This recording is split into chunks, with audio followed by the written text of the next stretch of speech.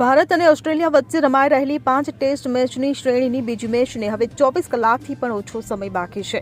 આ મેચ આવતીકાલે 6 ડિસેમ્બરે એડિલેડના ઐતિહાસિક મેદાન પર રમાશે.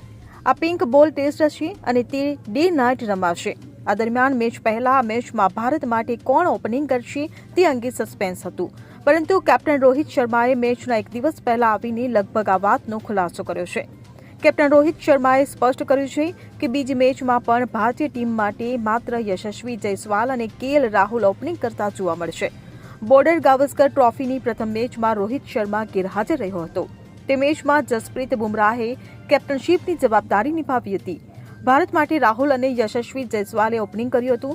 આ જોડી મેચની પ્રથમ ઇનિંગમાં કંઈ ખાસ કરી શકી ન હતી, પરંતુ બીજી ઇનિંગમાં બંને મળીને 200થી વધુ રનની પાર્ટનરશિપ કરીને નવો રેકોર્ડ બનાવ્યો હતો. હવે રોહિત શર્મા બીજી મેચમાં કેપ્ટન તરીકે પરત ફર્યો છે. આવી સ્થિતિમાં છેલ્લા ઘણા દિવસોથી દરેકના મનમાં એક જ પ્રશ્ન હતો કે હવે ઓપનિંગ કોણ કરશે.